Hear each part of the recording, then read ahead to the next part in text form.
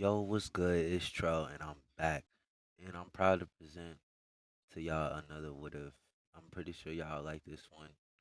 Um, and yeah, anyways, I'm proud to present What If Naruto was like Scorpion.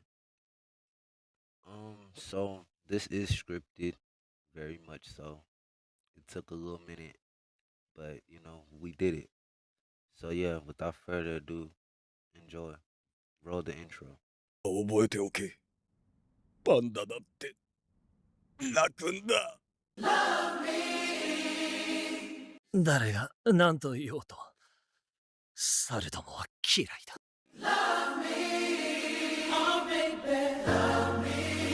虎杖君、あとは頼みます。虎杖、みんなに伝えて。悪くなかった。起きろブラザー。俺たちの戦いはこれからだ。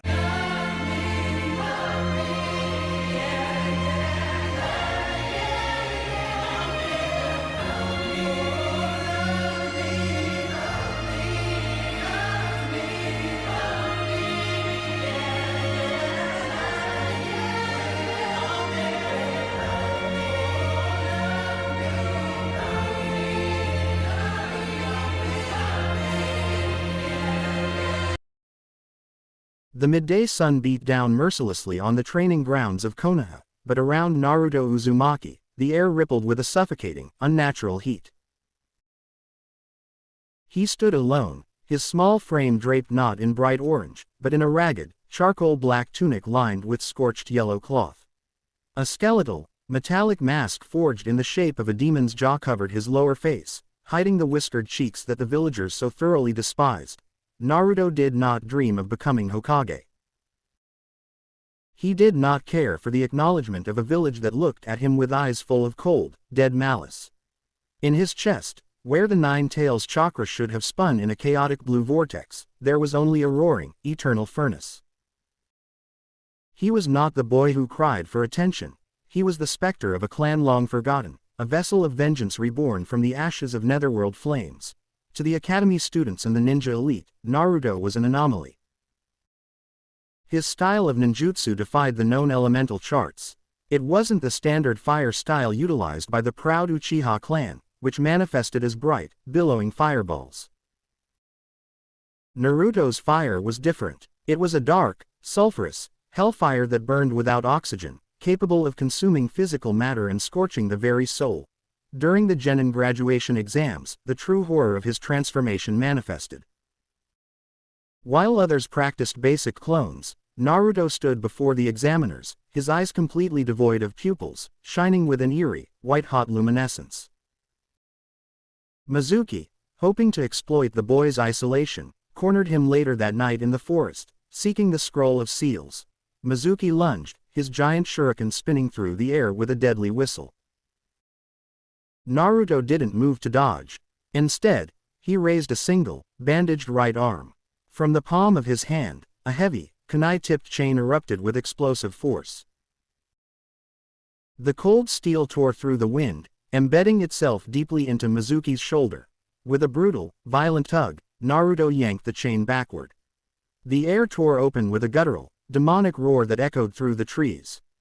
"Get over here!" Mizuki was flying through the air, completely robbed of his momentum, crashing face first into the dirt at Naruto's feet. Before the rogue ninja could push himself up, Naruto stepped forward. He unclasped his demonic mask, revealing a jawline bathed in an eerie, ethereal glow. He exhaled a concentrated stream of white-hot hellfire, reducing Mizuki's weapon and resolve to absolute ash, leaving the man broken, weeping, and terrified of the child he had thought to manipulate. When Team 7 was formed, the dynamics were fundamentally broken. Sasuke Uchiha looked at Naruto not with superiority, but with deep suspicion and an instinctual, animalistic fear. Sasuke's Sharingan, designed to perceive and track chakra flow, staggered when looking at Naruto. Where a normal human network should be, Sasuke saw only a gateway to a bottomless abyss of tortured souls and liquid fire. Kakashi Hatake, their squad leader, found himself deeply unsettled by his student. Naruto did not speak of teamwork. He spoke of retribution. Their first true test came on the mist-shrouded bridge in the Land of Waves. Zabuza Momochi and the ice-wielding Haku had pinned Team 7 down. The demonic ice mirrors surrounded Sasuke and Naruto, raining Senbon needles from every conceivable angle. Sasuke bled from dozens of superficial wounds, his tactical mind racing, trying to find a pattern in Haku's blinding speed. Naruto stood perfectly still in the center of the mirror trap. The needles struck his flesh, but instead of blood, a thick, black smoke seeped from the punctures. He looked at Sasuke, his white, pupilless eyes burning through the gloom. "Your eyes see everything, Uchiha," Naruto muttered, his voice carrying a dual-toned resonance, as if another, deeper entity spoke alongside him. "But you see nothing of the void." Naruto crossed his arms. In an instant, his physical form dissolved into a column of ash and roaring embers. Haku gasped from within a mirror, throwing Senbon at the empty space, but Naruto was already gone. A split second later, a burst of fire erupted directly behind Haku inside the mirror domain. Naruto materialized from the flames, his hand already clamped tightly around Haku's throat. The heat radiating from Naruto's skin instantly shattered the surrounding ice mirrors into harmless vapor.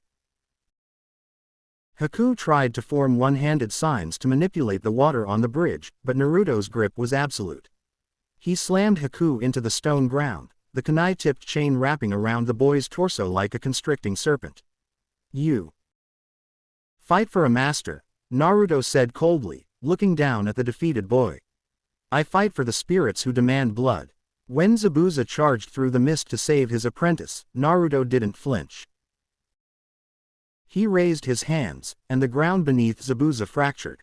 Pillars of hellfire erupted from the cracks, forcing the demon of the mist backward, his legendary executioner's blade glowing red-hot from the sheer proximity of the heat. Kakashi moved in to finish the battle, but the psychological scars of the encounter were permanently etched into the minds of everyone present. Naruto Uzumaki was not a ninja of Konoha, he was an executioner. As the Chunin exams approached, the villages gathered, completely unaware of the apex predator walking among them. In the standard timeline, Orochimaru sought to test Sasuke's potential in the Forest of Death. In this world, the Snake Sannin found himself hunting a completely different quarry. Orochimaru cornered Team 7 in a clearing, deploying his crushing intent to paralyze the young ninja. Sasuke fell to his knees, vomiting from the sheer weight of the malicious chakra. But Naruto remained standing. He unclasped his mask and threw it to the forest floor. "You smell of decay, snake," Naruto spat. Orochimaru smiled, his elongated tongue tracing his lips. "The Nine Tails has chosen a very peculiar shape in this generation. Let us see how much heat that cage can hold." The battle that followed mutated the very geography of the Forest of Death.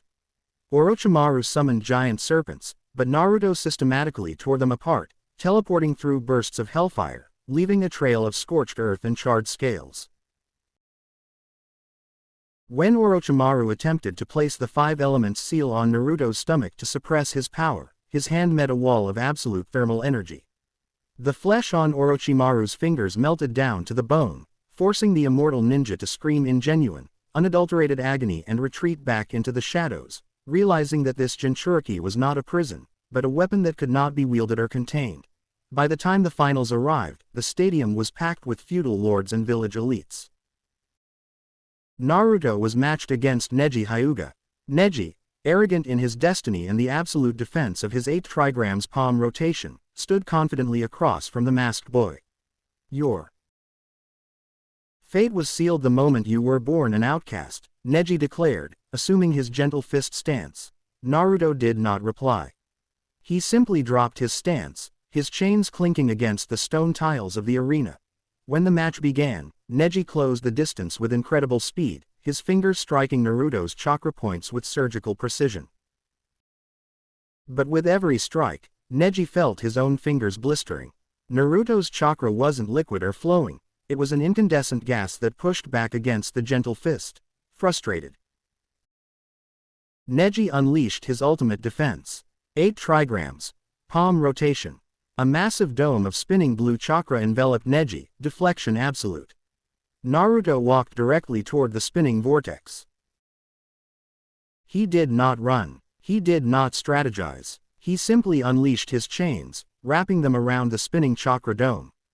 The metal glowed yellow, then white, conducting a heat so intense it began to bleed into Neji's rotation. The blue chakra turned orange, then a deep, malicious red. Naruto pulled the chains with his supernatural strength, stopping the rotation by sheer, brutal force. Neji stumbled backward, his hands severely burned, staring in absolute horror as Naruto walked through the remaining smoke. Naruto raised his hand, pointing a single finger at the prodigy of the Hyuga clan. 2. The Netherrealm with your destiny, Naruto whispered. A circle of fire opened beneath Neji, and skeletal hands made of hardened ash rose from the earth, dragging the terrified Hyuga down into the dirt, leaving him unconscious and broken. The stadium sat in absolute, stunned silence. There was no cheering. There was only the realization that the demon of Konoha had finally broken its leash, and it answers to no one but the fire within.